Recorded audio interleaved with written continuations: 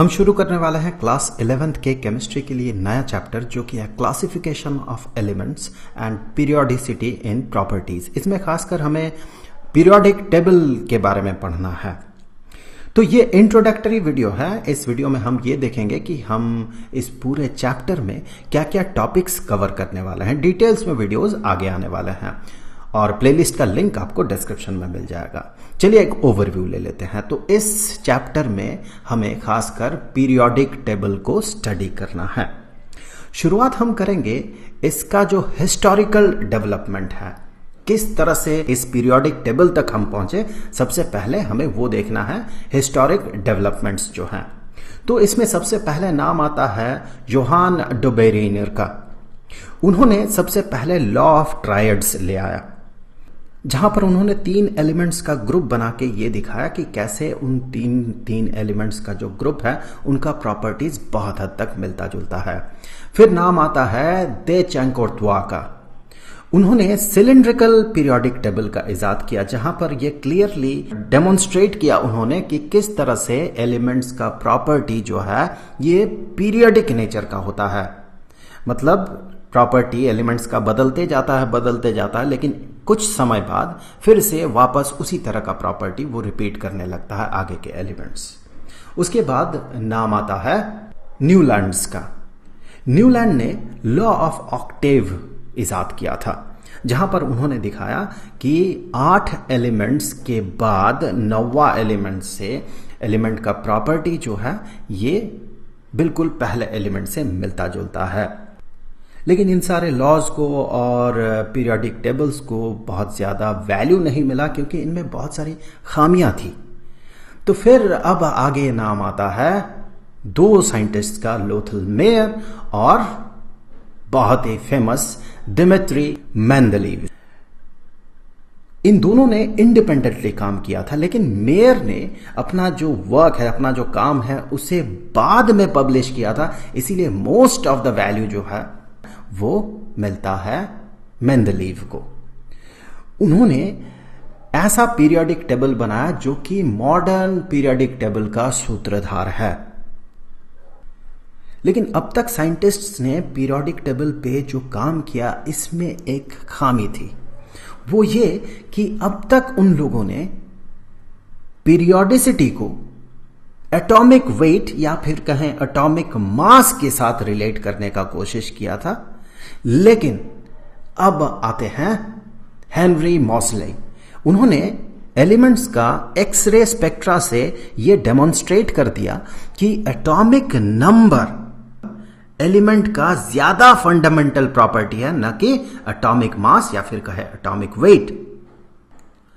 तो यहां से शुरुआत होती है मॉडर्न पीरियोडिक टेबल का। मॉडर्न पीरियोडिक टेबल में सारे एलिमेंट्स को उसके एटॉमिक नंबर के हिसाब से रखा जाता है, न कि एटॉमिक मास के हिसाब से। पीरियोडिक टेबल में इस तरह के जो वर्टिकल कॉलम्स होते हैं उन्हें ग्रुप्स कहा जाता है। यहां पर देखिए एक ग्रुप होगा बेरिलियम, मैग्नीशियम, कैल्शियम, इसका एक ग्रुप होगा इस तरह का, और इस तरह से लिथियम, सोडियम, पोटेशियम, इस तरह से इसका एक ग्रुप होगा। उसी तरह से यहां भी देखिए एक ग्रुप है ऐसा, यहां देखिए एक ग्रुप है ऐसा। तो इन्हें ग्रुप्स कहा जाता है। और जो हॉरिजॉन्टल रोज हैं, इन रोज को कहा जाता है पीरियड्स। इस तरह से देखिए एक पीरियड हो गया, ऐसे एक और पीरियड हो गया। हमें एलिमेंट्स का जो प्रॉपर्टीज हैं उन्हें पीरियोडिक टेबल में स्टडी करना होता है। यहां इंपॉर्टेंट बात यह है कि एक ग्रुप में, जैसे इस ग्रुप में एलिमेंट्स का जो प्रॉपर्टी है ये बहुत हद तक मिलता जुलता है। ऐसा क्यों होता है? ये डिपेंड करता है उन एलिमेंट्स के इलेक्ट्रॉनिक कॉन्फ़िगरेशन पे। इन सब पे हम आगे के वीडियोस में बहुत ही डिटेल्स में बात करेंगे। फिलहाल तो देख ले कि इस पीरियोडिक टेबल में कि 18 ग्रुप्स हैं, 18 ग्रुप्स हैं। अब यहां से आगे हमें एलिमेंट्स के बहुत सारे प्रॉपर्टीज, जैसे कि atomic radius, electronegativity, electron gain enthalpy, ionisation enthalpy, और फिर metallic character, non metallic character, ये इस पीरियोडिक टेबल में किस तरह से चेंज हो रहा है ये भी हमें स्टडी करना होता है। जैसे कि एटॉमिक रेडियस, अगर हम ऊपर से नीचे की तरफ चले, मतलब एक ग्रुप में नीचे की तरफ चले, पीरियड को बढ़ाते जाएं, first period, second period, third period, इसी तरह से एक ही ग्रुप में जब नीचे की तरफ आते हैं तो एटॉमिक रेडियस जो है ये बढ़ते जाता है। उसी तरह से अगर एक ही पीरियड में हम राइट हैंड साइड से लेफ्ट हैंड साइड में आते हैं तो एटॉमिक रेडियस जो है ये बढ़ते जाता है।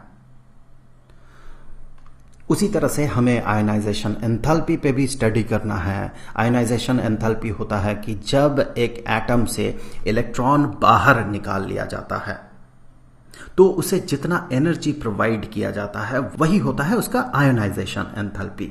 अब एक पीरियड में जब लेफ्ट से राइट की तरफ बढ़ा जाता है तो उसका आयोनाइजेशन एंथैल्पी जो है ये बढ़ता है। इसी तरह से ऐसे ही बहुत सारे रिलेशंस आपको इस फिगर में दिख रहा होगा। इन सब पे हमें डिटेल्स में काफी इंटेंस स्टडी करना है, जो कि हम आगे के वीडियोस में बात करेंगे, और वो सारे वीडियोस जिस प्लेलिस्ट में रहेगा उस प्लेलिस्ट का लिंक आपको डिस्क्रिप्शन में मिल जाएगा। तो अभी फिलहाल हम शुरू करेंगे historical development of periodic table से, जिसका लिंक आपको स्क्रीन में यहां पर दिख रहा होगा, वहां क्लिक करके आप उस वीडियो को देख ले। वैसे अगर आप उस पार्ट को स्किप करना चाहते हैं और डायरेक्टली मॉडर्न पीरियोडिक टेबल पे आना चाहते हैं तो मॉडर्न पीरियोडिक टेबल का जो शुरुआती वीडियो है वो आपको यहां पर मिल जाएगा, यहां क्लिक करके आप उस वीडियो को जरूर देख लें। तो उम्मीद है कि अगले वीडियो में फिर मुलाकात होगी, तो मिलेंगे आपसे अगले वीडियो में। तब तक के लिए खुश रहें, गुड बाय।